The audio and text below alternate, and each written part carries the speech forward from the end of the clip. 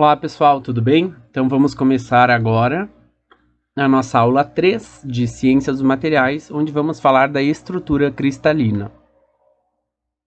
Então, como nós já havíamos visto nas aulas anteriores, né, a ciência dos materiais está fundamentada na relação entre estrutura e propriedades.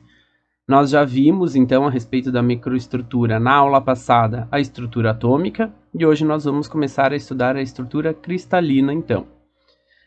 É importante nós estudarmos a estrutura atômica e a estrutura cristalina, né, consequentemente, porque elas vão definir algumas propriedades dos materiais. É aí onde a gente vai começar a observar propriedades dos materiais.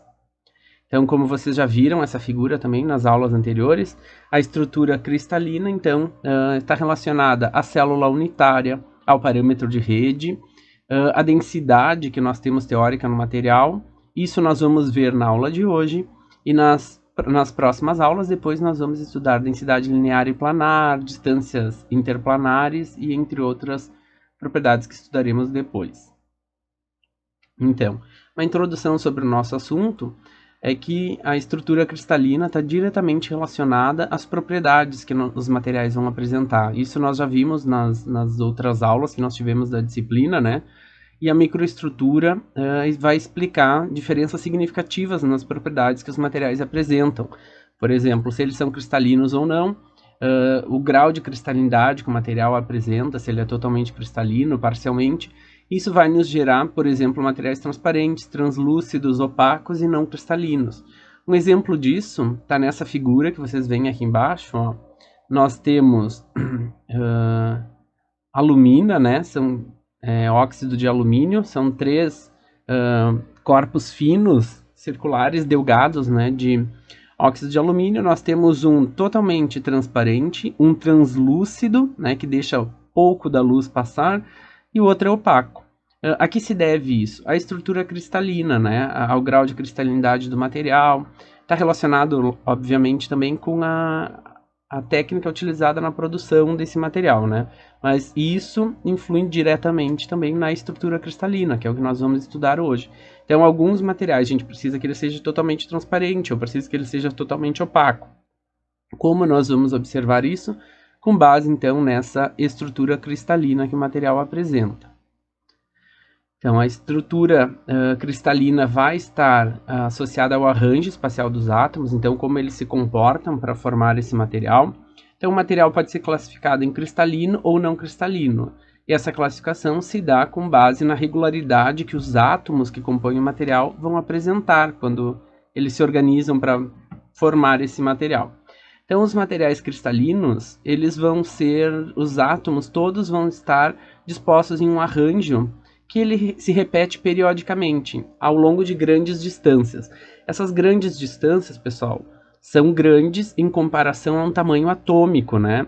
Então, alguns milímetros, isso é de longo alcance, uma distância chamada de longo alcance, né? Porque o átomo é da ordem de 10 na menos 10 metros, né? Então, se a gente tiver 1 milímetro, a gente tem milhões e milhões de átomos aí enfileirados. Então, isso é uma ordem de longo alcance, por exemplo. Então, esses átomos que estão num sistema cristalino, eles vão se repetir, né, numa estrutura tridimensional organizada, com parâmetros bem estabelecidos, que é o que nós vamos estudar na aula de hoje. Já os materiais não cristalinos, eles não têm uma regulação, né, nessa organização, eles não têm uma ordem, eles são mais aleatórios na maneira como eles vão se combinar para produzir esse material. Então, a gente tem aqui, o que seria bidimensionalmente materiais? Ó. A gente tem, começando aqui por um gás, que é, por exemplo, o ar que nós respiramos, né? Não tem ordem nenhuma, o material está totalmente... o gás ele está em movimento constante, né? As moléculas não param, não formam uma estrutura, elas não se combinam, as moléculas ficam se movimentando o tempo inteiro. Então isso caracteriza um estado de gás, é um estado mais energético. Nós temos movimento. Depois nós temos um sólido amorfo e um sólido cristalino. Então quais diferenças a gente pode observar olhando aqui o sólido cristalino e o sólido amorfo? Vocês conseguem ver que cada anelzinho aqui é formado por 6 átomos, né? Então isso aqui é uma estrutura regular, ó. Em todos os pontos que nós observarmos, a gente tem sempre 6 átomos formando um anel, eles vão se grudando. Então isso é cristalino, ele tem esse comportamento de longo alcance, ó. Daqui desse anel até aqui, todos eles têm exatamente o mesmo comportamento. Quando nós falamos de material amorfo, aqui a gente tem, ó, 5 átomos, aqui a gente tem 6, mas olha como a distância entre um e outro não é a mesma. A gente vai ter aqui com 6 também, ó, uma formação diferente daquela. Então a gente pode ter 4, 3, outro ponto tem 6, outro tem 7, e a gente não tem essa organização, né? Desculpa que eu falei que tem 6, aqui nós temos 7, né? Aqui tem outra estrutura também, que temos 7 átomos, então tem estrutura com 5, com 6, com 7, a distância entre eles varia. Aqui todos eles são exatamente iguais, então isso daqui é uma ordem de longo alcance.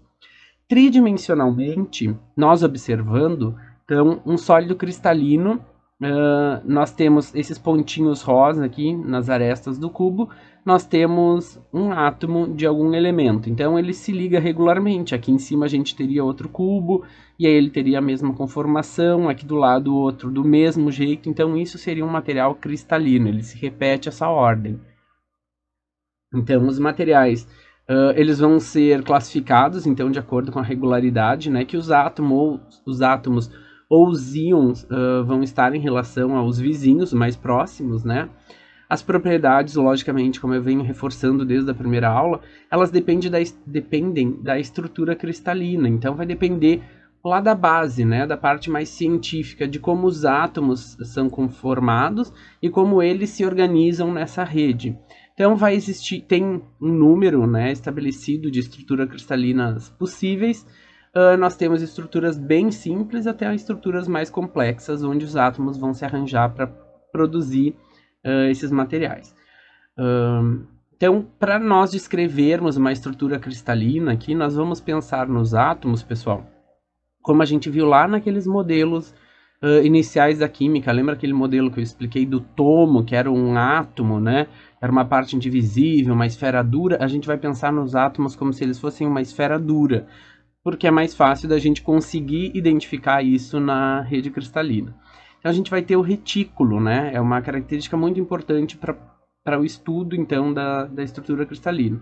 É uma matriz tridimensional, e os pontos dessa matriz vão coincidir com as posições do átomo, né? O centro das esferas. Então, lá onde o valor do raio é 0, né? É um valor mínimo, esse é o centro, então, da esfera.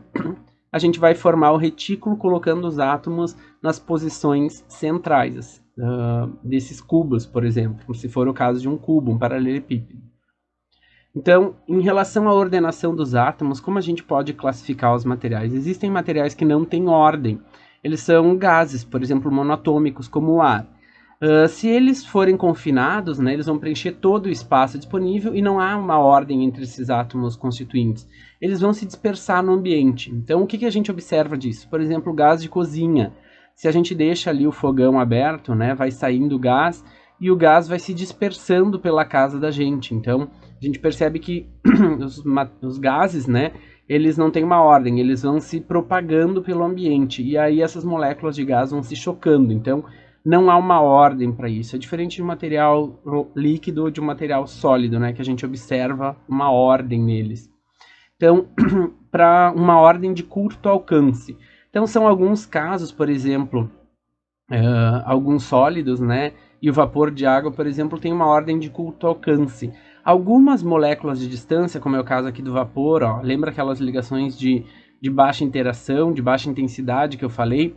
Que a gente tinha de polos, por exemplo, aqui a gente tem um oxigênio, temos os 2 hidrogênios, eles vão se orientando mais ou menos, ou por pontes de hidrogênio, como é esse caso aqui, ó, a gente tem um hidrogênio ligando em outro, desculpem, pessoal, nós temos um hidrogênio ligando a outro hidrogênio, e aí eles vão se orientando ou por forças de hidrogênio, né, ligações de hidrogênio, ou a gente tem aqui entre dipolos, né, uma parte negativa e uma parte positiva da molécula, eles vão se orientando, mas isso não acontece a longo alcance. Por exemplo, aqui a gente tem uma molécula de água, ó, e ele está se orientando dessa forma.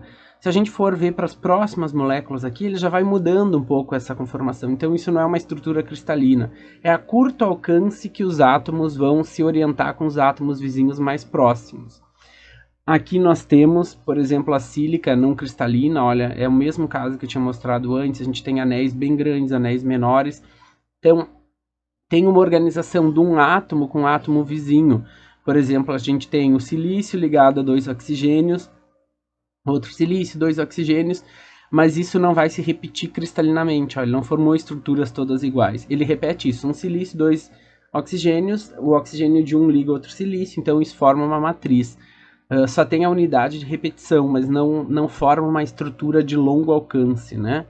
E aí, quando nós tivermos uma ordenação de longo alcance, então os átomos vão estar totalmente ordenados em longas distâncias atômicas. Novamente, como eu falei, ali casos de milímetro já é uma longa distância se comparada ao nível atômico, né? Então isso vai se formar uma estrutura tridimensional, que nós chamamos de rede cristalina. Isso ocorre, por exemplo, para materiais cerâmicos, metálicos, para alguns materiais poliméricos também nós temos uma ordem de longo alcance. Então vão se formar estruturas cristalinas, né, em condições normais de solidificação. Então aqui, se nós observarmos essa rede aqui, cada esferinha dessa seria um átomo, né? Vocês estão vendo que tem aqui, ó, 1, 2, 3, aqui tem outro, tem um no meio, daí tem 4 aqui, 4 embaixo, 1 no meio e 4 aqui. Então, a unidade que se repete disso aqui é isso, ó, 4 embaixo, 1 no meio e 4 em cima, né? Então, isso daqui seria uma rede tridimensional e isso daqui, ó, essa pequena parte que se repete muitas vezes, é o nosso retículo cristalino. Então, na ordem de longo alcance, né, como eu comentei, a gente tem uma repetição aí regular. Os átomos vão ter uma vizinhança entre eles, né? Essa vizinhança vai ser idêntica e a rede, né, vai ter alguns parâmetros que definem o formato de um cristal. Por exemplo, a simetria com os vizinhos. Quantos vizinhos a gente tem ali na região, né? E o formato que eles se organizam também. A distância entre os átomos, né, na aresta vai nos dar o que chamamos de parâmetro de rede, que a gente vai ver um pouquinho mais para frente. E o ângulo entre as arestas que formam os átomos. Aqui nesse caso, que é os exemplos que eu tenho apresentado até agora, são ângulos de 90 graus aqui, né? Então estão formando cubinhos. São ângulos de 90, mas a gente pode ter ângulos diferentes nessa formação. Então aqui fala, né, que os átomos vão se formar essas redes cristalinas vão se formar em condições normais de solidificação. Então, como ocorre essa formação dos cristais? Ela pode se dar por solidificação, quando a gente tem um líquido que vai esfriando, ou por saturação, quando a concentração, né, saturação ocorre em solução. Então, a gente tem uma quantidade muito elevada de sal na água, o sal começa a precipitar. Ou uma quantidade muito elevada de açúcar na água, o açúcar também vai precipitar. Então isso seria satura. A gente não consegue mais manter naquela condição, né, a solubilidade e ele vai precipitar, formando sais. Então, para a solidificação, que é o que mais nos interessa aqui para a ciência dos materiais, os cristais vão se formar no sentido contrário da retirada de calor. Então, como que ocorre isso? A gente tem aqui um líquido quente e esse líquido vai esfriando. Então, ele esfria mais na borda, né? Por isso que a gente usa aquela expressão come pela beirada, né? Porque pela beirada vai esfriando mais. Quando a gente serve comida no prato, ela vai esfriando das beiradas, né, para o centro. Então, no centro fica mais quente. Então, a gente vai formando os primeiros sólidos aqui, que são essas primeiras pontinhas, né? É a formação dos núcleos. Então, ocorre uma nucleação. E aí, à medida que vai esfriando, o calor sai daqui do centro para lá, né? Então, ele sai de dentro para fora. Os cristais se formam de fora para dentro. Então, por isso que eles se formam no sentido contrário da retirada de calor. E aí, esses núcleos aqui vão crescendo, vão formando pequenos cristalzinhos, ó, e aí forma essa capinha na volta. Como que a gente observa isso, pessoal? Vocês já viram no Globo Repórter, por exemplo, quando vai num vulcão e aí a gente vê um vulcão ali em erupção, sai aquela lava bem vermelhona, laranja, né? E aí vocês viram que às vezes na superfície ele começa a ficar acinzentado, porque ele está esfriando, né? E o calor está vindo de dentro para fora, ele está esfriando. E aí, quando ele esfria, ele começa a formar uma capa bem fininha por fora. Então, os cristais começam a formar, ele solidifica na superfície e vai endurecendo no sentido onde está mais quente. Então, no sentido contrário da retirada do calor. E aí, se a gente continuar retirando o calor dessa amostra, né, dessa lava, por exemplo, vai aumentando a espessura de material sólido, né? Vai ficando pouco líquido aqui no meio.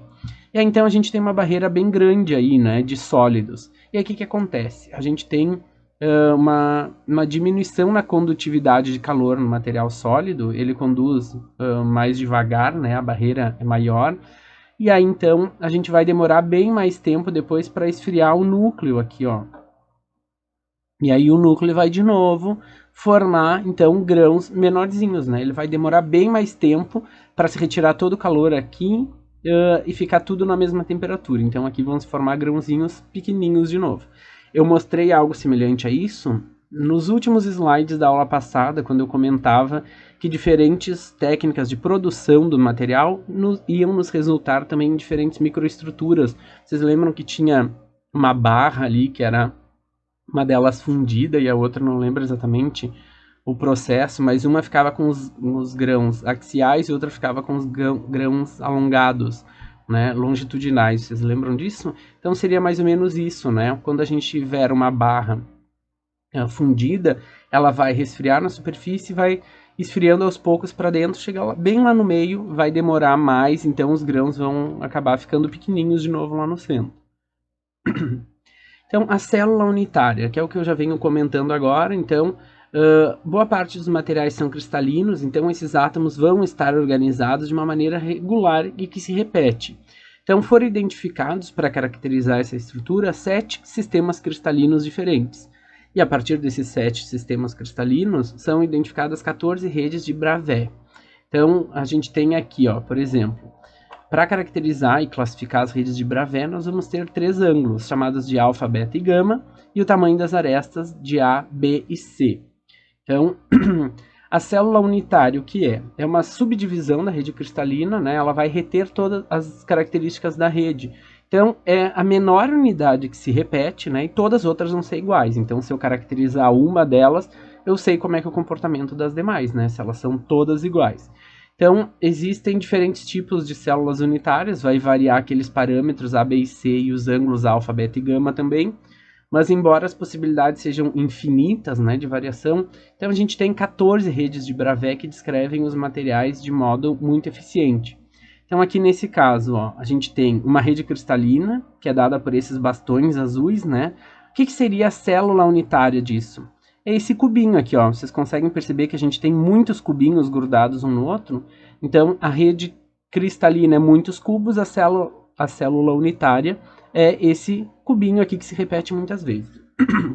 Aqui em cima, nós temos, então, as células unitárias, ou a rede cristalina, representada com os átomos, ó. Viu como preenche toda a estrutura quando a gente coloca os átomos? Então, é assim que eles vão se organizar para formar a estrutura cristalina. Falando, então, dos sistemas cristalinos, nós temos 7 sistemas cristalinos. O cúbico, o tetragonal, o ortorrômbico, o romboédrico, o hexagonal, que, na verdade, o que se repete no hexagonal é esse prisma aqui, né, cinza, angulado, né, ele não tem ângulos de 90, aqui em cima, ó. O monoclínico e o triclínico. Então, para caracterizar esses sistemas cristalinos, o cúbico, nós temos as arestas iguais, né? Um cubo tem aresta ao cubo, volume. Os ângulos em todos os lados é 90 graus Celsius. Então, ele tem esse formato aqui. O tetragonal, nós temos duas arestas iguais e uma delas é diferente. Pode ser maior, menor, por exemplo. Nós vamos ter ângulos alfa, beta e gama, todos igual a 90 graus. Então, vai ser uma célula alongada, né? Um C maior vai dar uma altura maior. O ortorrômbico, pessoal. O ortorrômbico, nós temos 3 valores diferentes de aresta. A, B e C são diferentes. E os ângulos alfa, beta e gama são 90. Então, seria um paralelepípedo, né, de 3 dimensões diferentes, mas com ângulos de 90. O romboédrico, então, o ortorrômbico, então, seria esse formato aqui. O romboédrico, nós temos A, B e C, que são as arestas iguais. nós temos alfa e beta, alfa, beta e gama são diferentes de 90 graus. Então, a gente não tem nenhum ângulo de 90 graus nessa conformação. O hexagonal, nós temos duas arestas iguais, e uma delas vai ser diferente. Então, geralmente, a altura, ele é mais alto. A gente vai ter dois ângulos de 90 graus, né, que seriam aqui, e um ângulo de 120 graus, que é o que vai dar a torcida nessa estrutura, né? Para ele formar depois, em 3 células unitárias de hexagonal, ele formar essa estrutura de um hexágono, né? O monoclínico, então nós temos 3 arestas diferentes, e aí os nossos ângulos, 2 deles vão ser de 90 graus e um deles diferente, desculpa. O triclínico, nós temos as 3 arestas diferentes e os 3 ângulos vão ser diferentes de 90 graus. Pessoal, essas informações aqui, né, desses 7 sistemas cristalinos, elas são importantes que a gente tenha uma noção disso, né, mas não se preocupem que isso não vai ser cobrado na prova, não é obrigatório saber isso. Isso daí tá aí para quando for necessário a gente consultar como é que é a organização das células unitárias em cada um dos sistemas cristalinos, ok?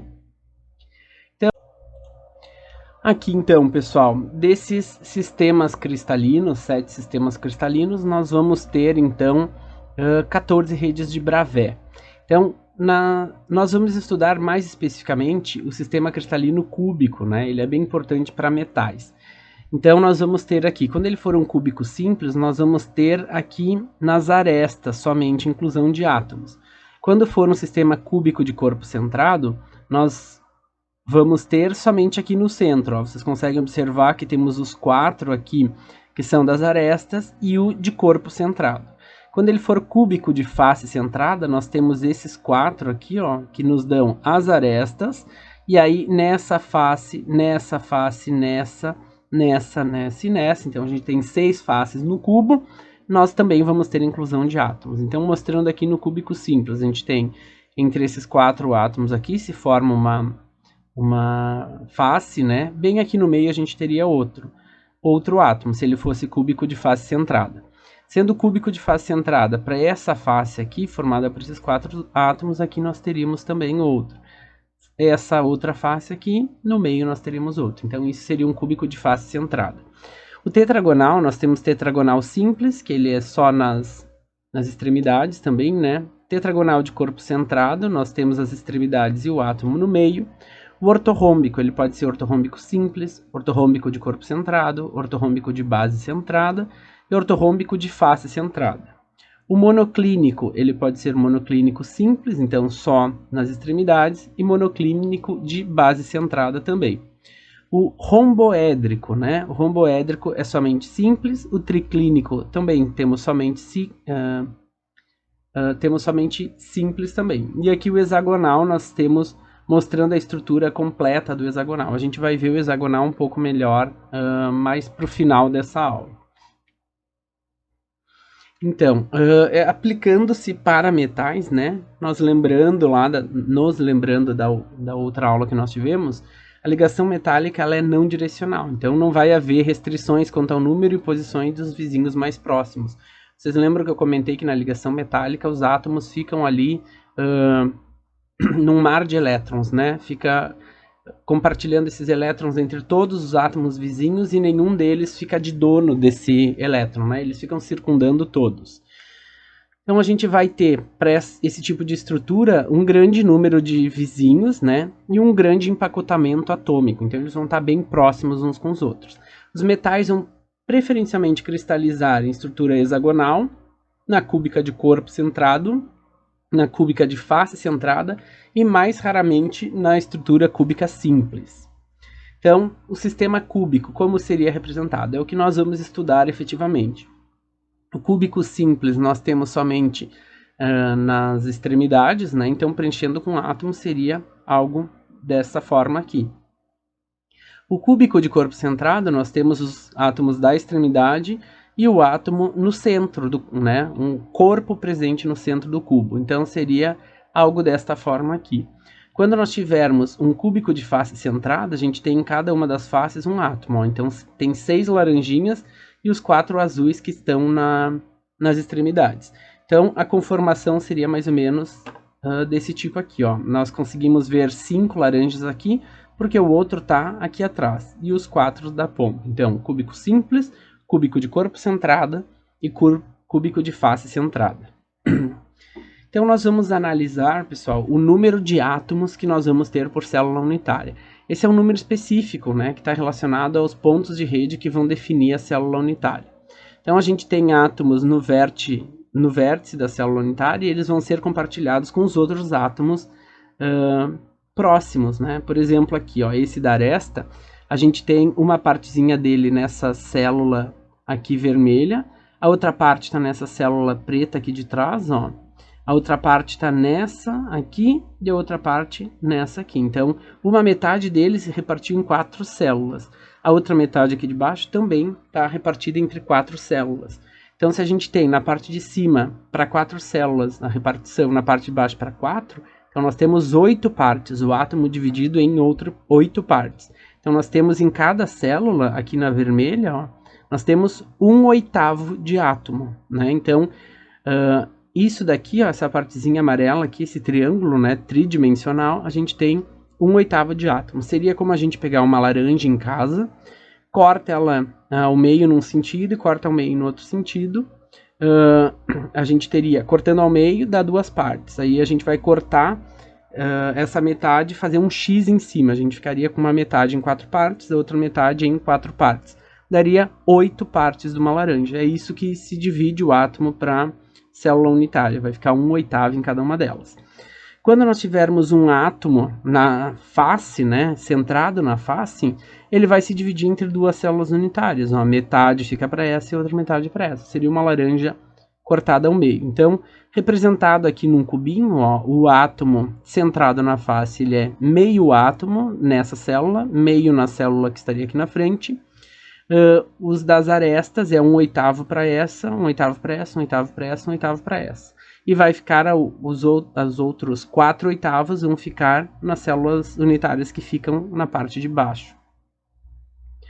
Então, para nós determinarmos o número de átomos que está presente na rede cristalina por célula unitária, vamos fazer esse exemplo para o cúbico simples. Então, aqui a gente tem uma estrutura de cúbico simples, ela já foi repartida, né? Então, a gente tem os oitavos ali. Quantas partes nós temos? 1, 2, 3, 4, 5, 6, 7 e aqui atrás tem a 8ª parte. Então, o número de pontos de rede, nós temos 8, né? 8 cantos e cada um deles é 1/8 de um átomo. Então, nós vamos ter aqui no cúbico simples apenas um átomo presente na célula unitária. Então, como que a gente pode pensar isso? Girando essa parte para cá, fechando essa, fechando aqui e essa aqui, nós formaríamos um círculo aqui, né? Metade de uma circunferência. Se aqui esses 4 formam metade de uma circunferência e a parte de baixo também forma metade, juntando as 2 metades, isso vai me dar um átomo. Então, os átomos de ponto de rede aí das extremidades vão me completar um átomo. São 8 partes e cada uma das partes é 1/8 do volume de um átomo. Isso vai me dar um átomo no sistema cúbico simples. Quando nós formos falar do cúbico de corpo centrado, então essas 8 partes aqui, que aqui está lá atrás, vão me dar um átomo. Se eu tenho um corpo centrado no meio, então eu tenho número de pontos de rede, 8 cantos, cada um deles é 1/8, mais o meu átomo central. Então, se eu estiver falando de um sistema cúbico de corpo centrado, nós vamos ter 2 átomos presentes na célula unitária. Quando nós formos falar de um sistema cúbico de face centrada, então a gente tem aqui, ó, esses 8 aqui vão me dar um átomo, né? Então, são 8 pontos de rede, cada um deles representa 1/8 do volume de um átomo, vai me dar, então, um átomo. A gente tem 6 faces, né? Ó, 3 aqui estão aparecendo e aqui atrás e embaixo nós temos mais 3 faces. Então, se cada uma da face fica com meio átomo, se são 6 faces, nós vamos ter 3 átomos nas faces. Então, é o que nós temos aqui. 8 cantos, cada um deles representa 1/8. São 6 faces e em cada face nós temos meio átomo, então nós vamos ficar com 4 átomos. 8 vezes 1/8 dá 1. 6 vezes 1/2 vai dar 13. Então, ao total, no cúbico de face centrada, nós vamos ter 4 átomos na célula unitária. Então, para a gente recapitular, no cúbico simples, nós vamos ter aqui 8 pontos de rede, cada um com 1/8, dá 1 átomo. No cúbico de corpo centrado, nós temos 8 pontos de rede, cada um deles corresponde a 1/8 de um átomo. Isso vai me dar 1 átomo. O corpo centrado mais 1, então eu tenho 2 átomos. O cúbico de face centrada são 8 pontos de rede, cada uma delas é 1/8. Eu tenho 6 átomos na face, né? Cada um dos átomos da face é meio volume, então 6 vezes meio vai me dar 3 átomos, mais um átomo que esses 8 pontos de rede de 1/8 formam, vai me dar 4 átomos. Então, cúbico simples, 1 átomo. Cúbico de corpo centrada, 2 átomos. Cúbico de face centrada, nós temos 4 átomos na estrutura cristalina. Então aqui a gente tem, pessoal, uns vídeos para apresentar dados que estão presentes aí na célula unitária. Esse vídeo é particularmente para o sistema cúbico cúbico simples, tá? Então ali a gente tinha a estrutura cristalina, só com os pontos de rede, cresceu, né, para mostrar os átomos como vão ficar nessa estrutura.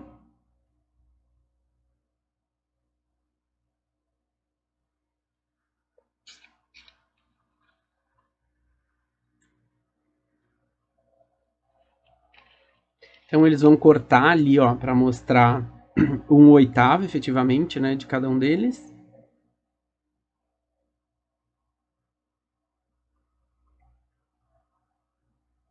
E assim se formou então a nossa célula unitária, que é a nossa unidade de repetição. Ela grudando em muitas células unitárias, vocês conseguem ver que os átomos ficam inteiros, né? A gente não tem átomos cortados, por exemplo.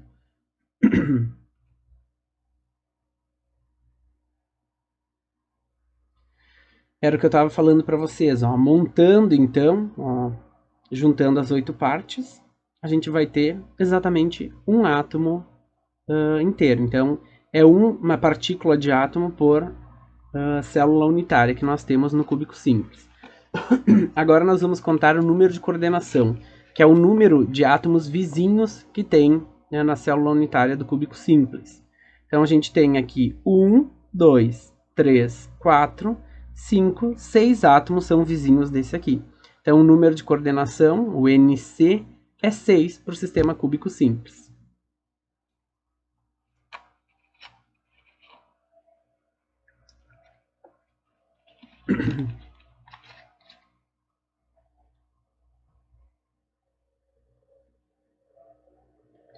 Vocês viram eles mostrando ali que fica um espaço vazio, né? Esse espaço vazio vai ser importante para nós determinarmos depois o grau de preenchimento que a gente tem. Mas isso é um assunto que a gente vai ver melhor nas próximas aulas, certo? Então esse foi o vídeo do sistema cúbico simples. Só um pouquinho que travou ali o slide.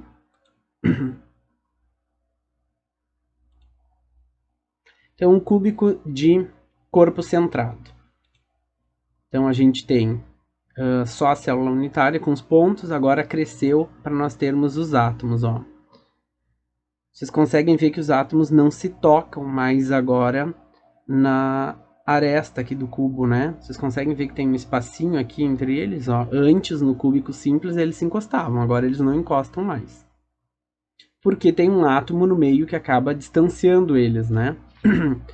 Novamente, juntando todas as partes dos cantos, vai dar 1, como a gente tem outro no centro, vai me dar 2 átomos por célula unitária. Agora nós vamos contar o número de coordenação, ó. Então nós vamos ter coordenação 8 nesse caso. A gente tem esse átomo aqui do centro, ele tem 4 em cima e 4 embaixo. Agora eles vão mostrar novamente a configuração espacial, ó, como elas vão se organizar, as células unitárias no cúbico de corpo centrado.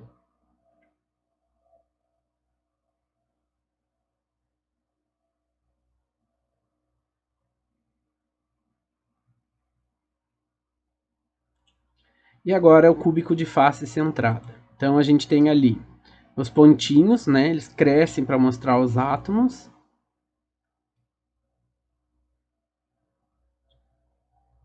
Viu que, de novo, aqui na aresta do cubo eles não se encostam. Ó, agora eles ficaram mais distantes ainda.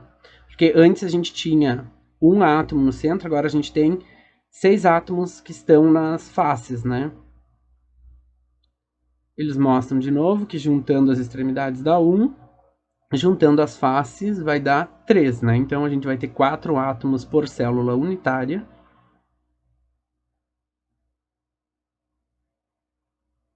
E o número de coordenação agora, pessoal. Então a gente tem um número de coordenação. Esses 4 átomos aqui estão ligados...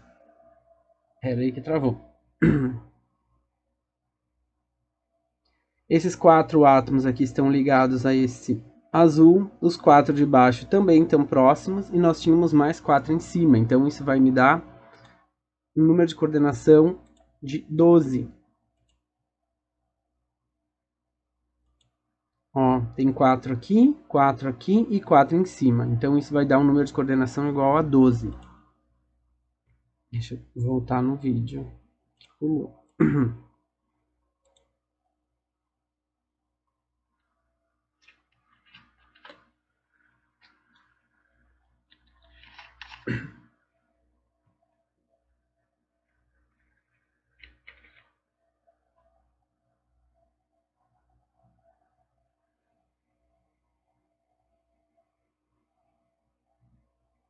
A disposição espacial, então, para a formação dessa rede cristalina. O vídeo travou um pouquinho.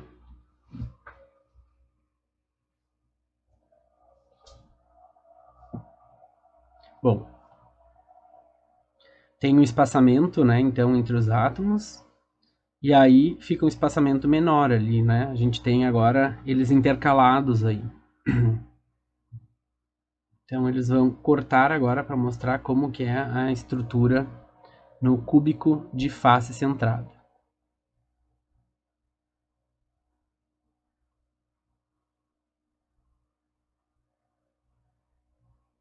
Pronto, essa é uma estrutura de um cúbico de face centrada. Bom, vocês já devem ter visto fotos desse monumento aí, né? Ele é o Atomium, ele fica em Bruxelas, na Bélgica. Se eu não me engano, o grau de ampliação que ele tem é de 1 milhão de vezes maior do que o tamanho de uma célula unitária de verdade. Então ele é uma célula unitária de cúbico de corpo centrado. Ele é um CCC aqui, né?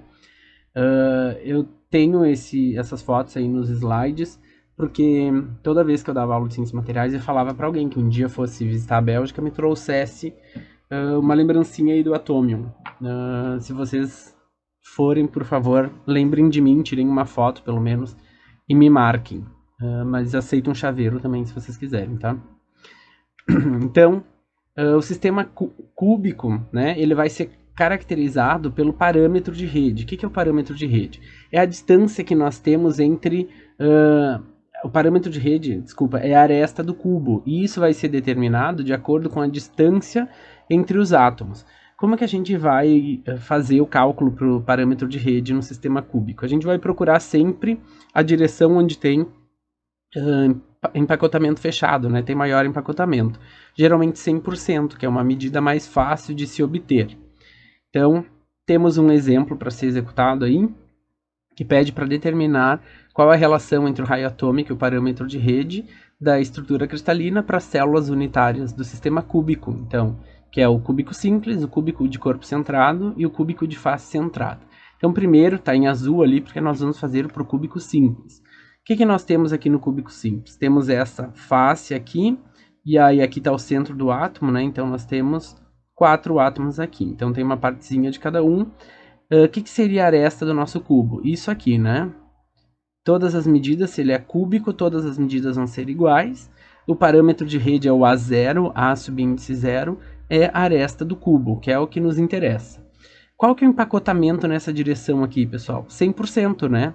Porque metade está sendo ocupada por um raio atômico, a outra metade por um raio atômico, né? Então, se isso daqui é um raio e isso daqui é um raio atômico, nesse caso, nosso parâmetro de rede vai ser 2 raios atômicos, né? Porque o contato entre os átomos vai ocorrer direto na aresta da célula unitária, ó. Então a gente tem aqui, daqui até aqui um raio atômico, daqui até aqui um raio atômico. O meu A0, que é a medida da aresta do cubo, vai ser 2 raios, certo? Tranquilo isso? Então agora a gente vai pular o cúbico de corpo centrado, vamos fazer primeiro o cúbico de face centrado. Vocês já vão entender por que disso.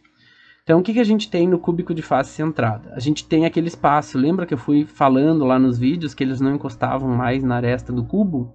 Tem um espaço porque na face aqui a gente tem um átomo inteiro no meio, né? Então isso gera um distanciamento entre os átomos daqui da aresta do cubo. Então, se a gente pegar essa face aqui e analisar, ó, a gente teria isso aqui. Um raio atômico, um espaço, um raio atômico. Já na diagonal da face, a gente tem um raio atômico, um diâmetro atômico inteiro e depois outro raio atômico. Então, o meu fator de empacotamento na diagonal do cubo é 1, é 100% empacotado, né? Então, eu vou analisar por esse lado aqui. Por quê? Porque o raio atômico é uma distância, um valor que eu consigo obter mais fácil. O espaço que fica entre eles eu não consigo determinar tão fácil.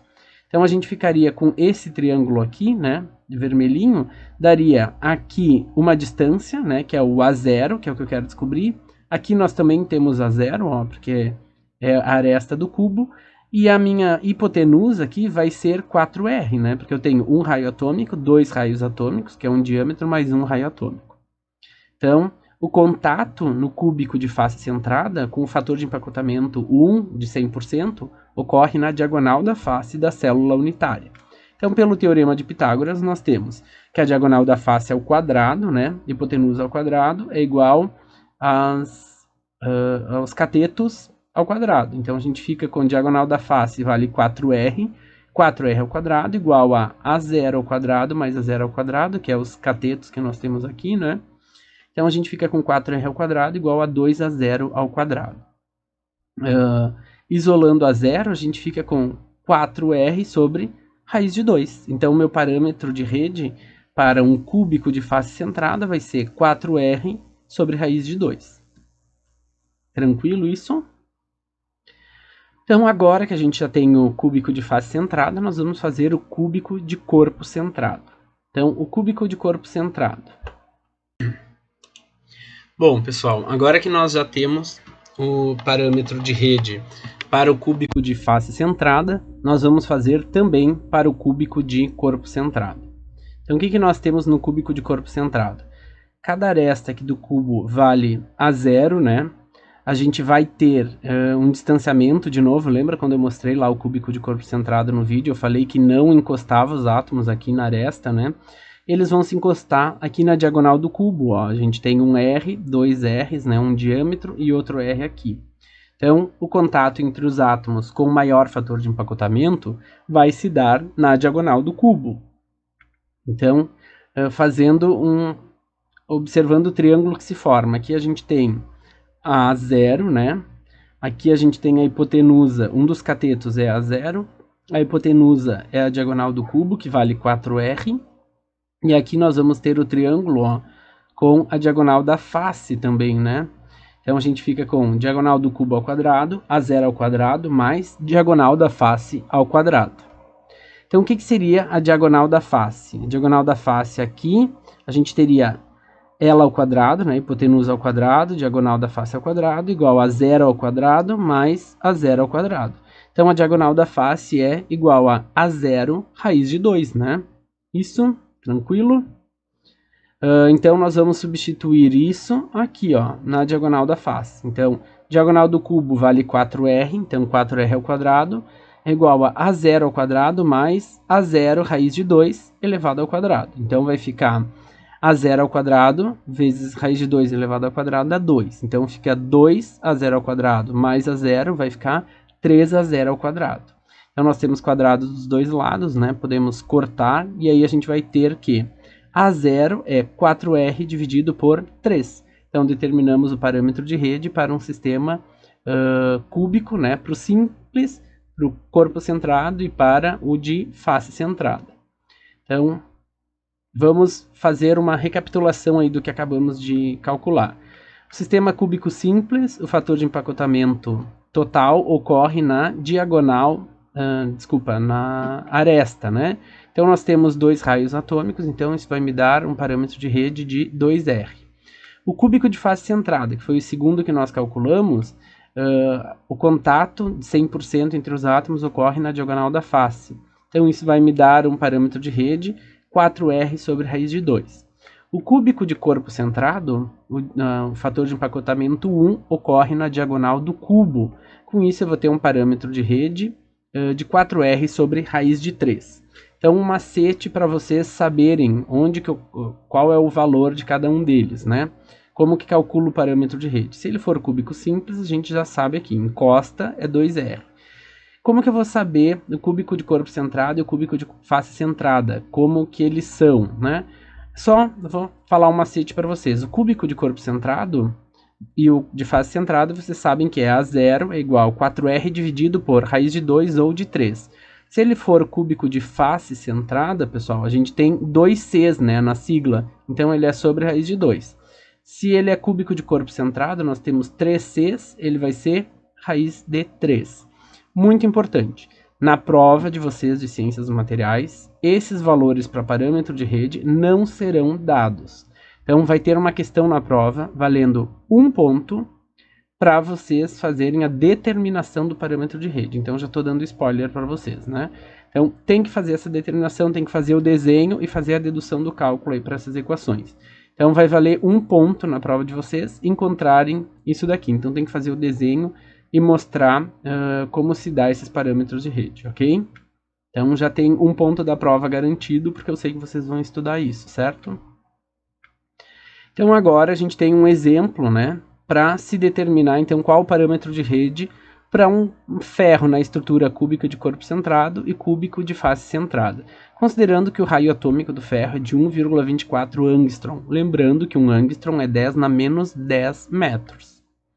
Então, se for o cúbico de corpo centrado e cúbico de face centrada, a gente tem o parâmetro de rede para o cúbico de corpo centrado é 4R sobre raiz de 3. Só substituir o valor do raio ali, né? Então é 4 vezes 1,24 dividido por raiz de 3. Nós temos 2,86 angstrom, se for ferro na estrutura cúbico de corpo centrado. Ó. Então essa medida aqui é 2,86 angstrom. Se ele for cúbico de face centrada, então eu vou ter 4R sobre raiz de 2, é 4 vezes 1,24 dividido por raiz de 2, dá 3,51 angstrom. Essa distância aqui, aresta do cubo, nesse caso vai ser 3,51. Então, o que a gente pode observar? Que quando tiver na face, a distância entre os átomos fica maior do que quando é a presença no cubo, né? Porque o valor aqui ficou maior, né? A gente tem um parâmetro de rede maior. Então, os átomos, provavelmente, a gente vai observar isso depois, tem um empacotamento diferente, né? A gente tem mais espaço sobrando aí na face. O parâmetro de rede acaba sendo maior, né? Não é tão ocupado por átomos. Bom, o número de coordenação que a gente já viu lá no vídeo, né, está relacionado então à quantidade de átomos vizinhos. Então, no cúbico simples, a gente tem 6, né? Aqui dá para ver melhor, ó, eles separadinhos. Se for um cúbico de corpo centrado, a gente vai ter um número de coordenação 8, né, que são os 4 de cima e os 4 de baixo. E quando for cúbico de face centrada é um pouco mais complexo. Aqui tem o átomo do centro, né? E aí tem esse monte de átomos ali na volta. Então a gente vai repartir em planos, ó, um plano cinza, um plano amarelinho e um plano azul. O plano amarelinho tem 4 átomos amarelos. O plano cinza tem 4 átomos em cinza e o plano azul tem 4 átomos em azul. Então isso vai me dar para aquele átomo do centro, nós vamos ter um número de coordenação igual a 12. Então, se for um hexagonal compacto, a gente também tem 12, ó. Esse átomo aqui está em contato com 6, ele também está em contato com 3 em cima e 3 embaixo. Então, o hexagonal compacto, ele pode estar em contato com 12 átomos. Bom, eu já tenho falado algumas coisas sobre fator de empacotamento, né? Então, vamos ver agora o fator de empacotamento a que corresponde. Então, é a fração do volume da célula unitária que efetivamente vai estar preenchido por átomos, né? Isso a gente assumindo que os átomos são esferas rígidas, logicamente, né? Então, o fator de empacotamento, nós vamos ter o número de átomos que está presente em célula, viu? Por isso que a gente determinou no começo da aula. O volume do átomo, se ele é uma esfera rígida, então nós temos 4/3 de πr ao cubo. O volume da célula unitária, se nós temos a célula unitária como um cubo, vai ser aresta ao cubo. Então, aresta é parâmetro de rede. Por isso que nós viemos determinando nessa sequência. Então, esse fator de empacotamento, importante lembrar que ele é volumétrico, porque a gente está considerando volume do átomo. Na próxima aula, nós vamos ver fator de empacotamento linear, que é na direção, ou planar, que também vai ser no plano, certo, pessoal? Então, o fator de empacotamento, eu botei a equação aqui em cima, para a gente executar aí um cálculo para o fator de empacotamento do cúbico simples, cúbico de corpo centrado e de face centrada. Cúbico simples. Então, aplicando aqui na equação, número de átomos por célula, nós temos 1, o volume do átomo é 4/3 de πr ao cubo, e o volume da célula unitária, é parâmetro de rede ao cubo, é A0 ao cubo. Então, a gente tem 1 átomo por célula unitária, 4/3 de πr ao cubo, o parâmetro de rede é 2R elevado ao cubo.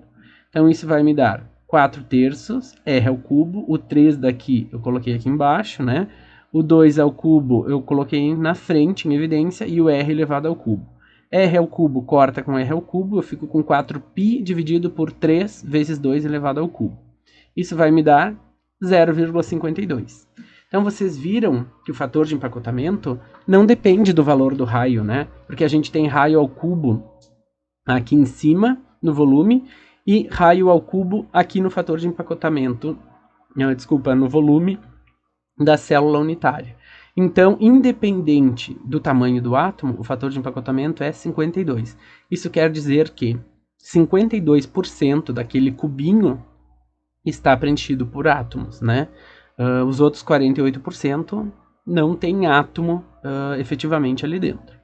Se for cúbico de corpo centrado, nós temos quantos átomos no cúbico de corpo centrado? Então, aqui, átomos por célula, 2. Nós temos o volume do átomo, 4/3 de πr ao cubo, e aí o volume da célula unitária é parâmetro de rede ao cubo. Então, 2 átomos por célula, volume do átomo.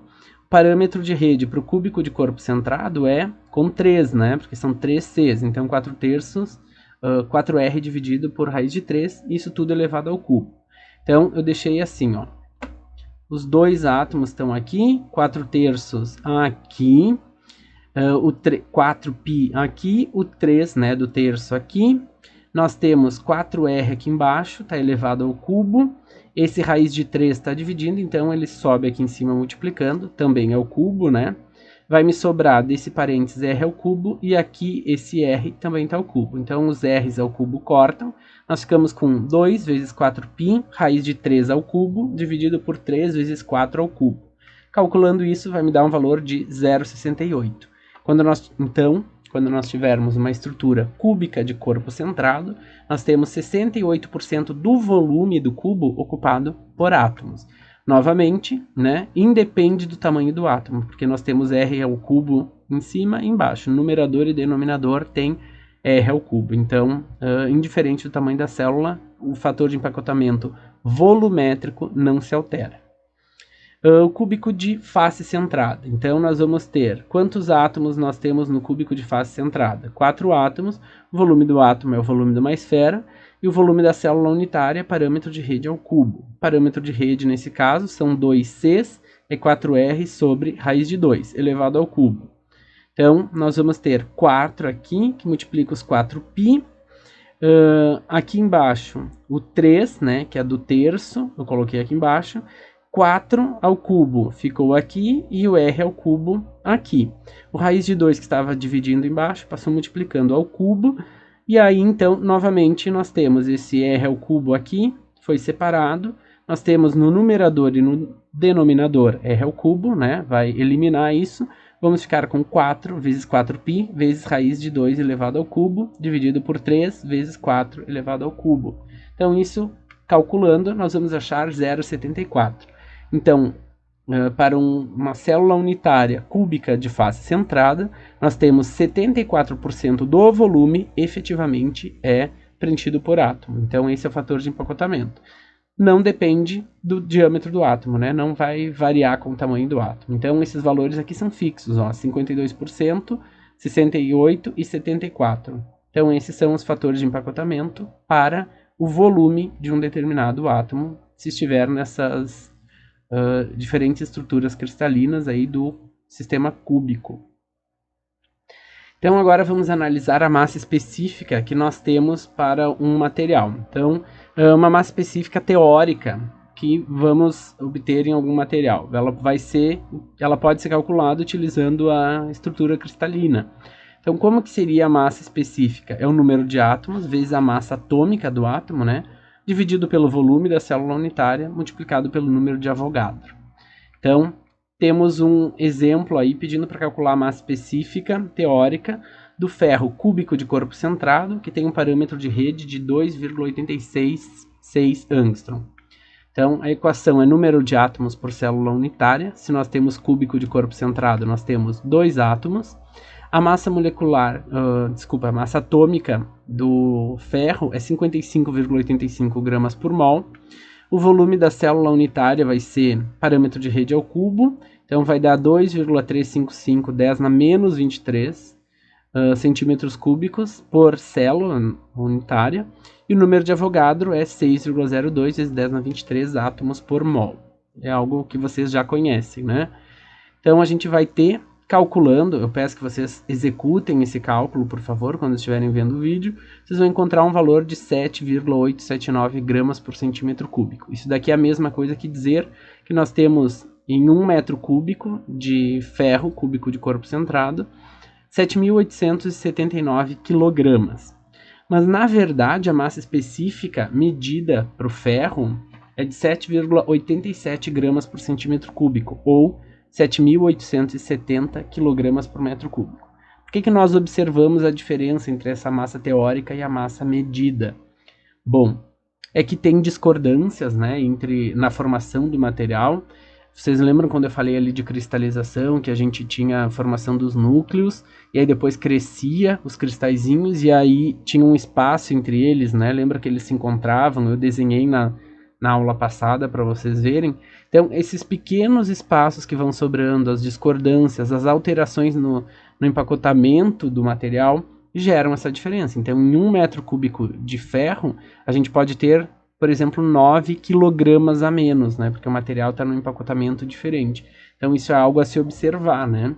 Então, discordâncias, alterações na cristalização do material vão me gerar diferenças nos valores que são medidos para esse material depois. Então, fazendo um resumo aí do sistema cúbico, que é o que nós vimos até agora. O cúbico simples, nós temos um átomo em cada célula unitária, com número de coordenação 6, um parâmetro de rede 2R e um fator de empacotamento de 0,52. O cúbico de corpo centrado, nós temos 2 átomos na célula unitária, um número de coordenação 8, parâmetro de rede 4R sobre raiz de 3 e o fator de empacotamento 0,68. Lembrando de novo, cúbico de corpo centrado, como são 3 Cs, é raiz de 3. Cúbico de face centrada, quantos átomos nós temos por célula? 4. O número de coordenação 12, são 2 Cs, então o parâmetro de rede é 4R sobre raiz de 2. O fator de empacotamento é de 0,74. Então, voltando ao hexagonal, que eu comentei que a gente veria mais para frente, né? O hexagonal simples dificilmente ocorre em metais. Ocorre em materiais, cristais poliatômicos, preferencialmente podem, né? Preferencialmente os cristais poliatômicos cristalizar nesse sistema. Nós temos o hexagonal compacto, esse sim, ocorre mais comumente em metais como magnésio e zinco. Então, cada átomo vai estar localizado acima ou abaixo do interstício de 3 átomos em níveis adjacentes. Então, vocês conseguem ver, forma esse triângulozinho aqui, depois tem 6 em cima, né? Então, é mais ou menos assim que se forma essa estrutura. A razão ideal entre essa altura C e o parâmetro A, aqui embaixo, é de 1,63. Mas vai ocorrer distorções nisso, né? Pelas modificações nas ligações que ocorrem, né? Que nem sempre são ligações metálicas, então isso pode acabar alterando a configuração aí entre os átomos. Então aqui nós temos a rede cristalina só com os pontos, depois com o átomo preenchido e aquele cortadinho, como seria, ó. Hexagonal compacto, porque vocês conseguem ver que ele está bem preenchido, né? Bom, falando nisso, a gente já viu aí diferenças, né, entre estruturas cristalinas, então a gente tem um tópico importante, que é a alotropia ou polimorfismo. Então, embora os materiais tenham uma mesma composição química, algumas vezes eles têm propriedades totalmente diferentes, que é aquilo que eu comentei com vocês. Lembra que eu falei na aula do grafite, que eram lâminas, entre aspas, gordurosas, né, que escoavam, e a gente tinha o diamante, que era um material totalmente diferente, duro, de valor também, né, a gente dá um valor totalmente diferente para o grafite e para o diamante, mas eles são o mesmo material, são ligações de carbono, a diferença está nas ligações e na forma como elas se arranjam espacialmente. Então isso tem tudo a ver com a estrutura cristalina. Então, as transformações alotrópicas que vão ser observadas nos materiais, elas são acompanhadas de mudanças em propriedades, como a massa específica, né? E até propriedades do material. Às vezes, resistência vai variar de acordo com a estrutura cristalina, resistência à corrosão, resistência mecânica. Então, isso varia para as células, para a maneira como o material está organizado em suas células unitárias. Aqui a gente tem alguns exemplos, né? Eu vou apresentar esses exemplos, mas é importante a gente comentar o que é a diferença entre alotropia e polimorfismo. Polimorfismo é quando se refere à mudança de uma estrutura cristalina para outra de uma molécula, né? Então a gente tem sílica, por exemplo, que é óxido de silício, se muda, por exemplo, tá? Só uma suposição, um exemplo. Mudando de uma estrutura cúbica simples para uma cúbica de face centrada, isso é um polimorfismo. Então uma molécula muda de forma, né? Ela muda de estrutura cristalina. A alotropia é quando a gente tem um elemento, por exemplo. A gente tem carbono diamante e carbono diamante e carbono grafite. Então é o mesmo elemento químico, ele muda de forma, isso é alotropia. Então, alotropia e polimorfismo, a diferença é que um se trata de um elemento e o outro se trata de uma molécula, uma substância. Então, a gente tem o exemplo do grafite, né? O carbono, então, vai gerar só com ligações de carbono, grafite e diamante. O grafite, ele é hexagonal, então forma aqueles hexágonos em lâminas. A gente tem ligações covalentes entre os átomos de carbono e entre uma lâmina e outra são interações de baixa força, né? Então, por isso que ele acaba deslizando. O diamante, ele tem uma estrutura cúbica, né? Então forma essa rede aqui que dá origem àquele material que, diferente do grafite, não é escuro, né? Ele é um material duro, diferente desse aqui que serve como um lubrificante seco. A gente tem, por exemplo, nitreto de boro. O nitreto de boro, diferente do carbono, que vai ser uma alotropia, o nitreto de boro é um polimorfismo, porque a gente tem uma molécula, né, tem nitreto e boro. Então, a gente tem dois elementos químicos aí, a gente pode ter ele hexagonal em lâminas, a gente pode ter ele cúbico também. Então, isso é um polimorfismo do nitreto de boro. E como último exemplo, nós temos o ferro, que é cúbico de corpo centrado, e ele pode se apresentar também cúbico de face centrada. Então, isso seria uma mudança, né, da forma do material composto só de ferro. São ligações de ferro. Bom, como a mudança que nós observamos para como foi comentado ali no outro slide, que muda, né, a alotropia ou o polimorfismo mudam as propriedades. Então, isso vai alterar, por exemplo, a massa específica, vai alterar como o material vai se comportar quando solicitado, né? Vai alterar as propriedades. Então, é importante a gente observar, inclusive, o que acontece com o material quando ocorrem essas transições. Então, esse exemplo aqui pede para nós calcularmos uma variação de volume que vai ocorrer quando a gente passa ferro cúbico de corpo centrado. Ele vai ser aquecido para se transformar num ferro cúbico de face centrada. Então aqui a gente já vê, mudou o parâmetro de rede, né? No CCC ele é 2,863 angstrom e no CFC ele é 3,597 angstrom. Então a gente tem que observar bem essas duas estruturas cristalinas. Então, o volume de uma célula unitária de ferro CCC vai ser o parâmetro de rede ao cubo. O parâmetro de rede é esse valor aqui, elevado ao cubo, vai dar 23.467 angstrom cúbico, né? Porque é um volume, a dimensão ao cubo. E se for CFC, parâmetro de rede ao cubo, vai dar 46,307 angstroms. Se a gente observar isso daqui, dá aproximadamente 50%, né? Mas não é dessa forma que a gente tem que analisar. A gente tem que ver a particularidade entre as células unitárias. Por exemplo, no CCC, nós temos 2 átomos, né? No CFC, nós temos 4 átomos na célula unitária. Então, o que acontece? Eu vou pegar 2 células unitárias CCC para me formar uma CFC, porque é essa transição que está ocorrendo, né? Uma célula unitária CCC vai se transformar em célula unitária CFC, ou, melhor explicando, o ferro CCC vai se transformar em ferro CFC. Então, quando o ferro é CCC, nós temos 2 átomos por célula unitária. Para gerar ferro CFC, eu preciso de 2 células unitárias CCC para formar uma CFC. Então, na verdade, eu vou ter que ter 2 vezes esse volume aqui para me gerar um volume desse aqui, certo? Então, a gente vai ter 2 CCCs para formar um CFC. Então, como que vai ser calculada a variação do volume? Vai ser o volume final menos o volume inicial, dividido pelo volume inicial, vezes 100, para a gente já ter esse valor em percentual. Qual que é o meu volume final? 46,307 angstroms cúbicos. Qual que é o meu volume inicial? É 23,467 vezes 2, porque eu precisei de 2 células unitárias para gerar uma dessas daqui. Então fica 46.307 menos 46.934 dividido pelo volume inicial, que é 46.934. Então isso daqui vai me dar uma contração no material, ó. O volume vai ser menor, né? O volume final é menor do que o volume inicial. Então, quando a gente muda ferro CCC para ferro CFC, a gente tem uma diminuição do volume. Como é que a gente podia perceber que ia dar uma diminuição no volume? Lembra que a gente tinha um fator de empacotamento volumétrico maior para o CFC? Então, como o fator de empacotamento é maior no CFC, a gente vai ter um material mais enxuto, né? Mais empacotado. Isso vai diminuir um pouco o volume. Claro que é uma diminuição pequena aí de 1,84, mas isso faz com que diminua o nosso material, certo?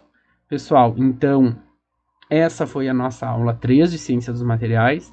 Eu aguardo uma discussão de vocês desses tópicos no Classroom, por favor. Então me digam se vocês acham conveniente a gente continuar eu gravando o vídeo, vocês assistirem durante a semana e tirarem as dúvidas nos horários que eu estou disponível para isso, ou se vocês preferem que eu faça uma transmissão online no sábado. Vou aguardar as posições de vocês. Agradeço pela atenção, certo? Abraço e se cuidem.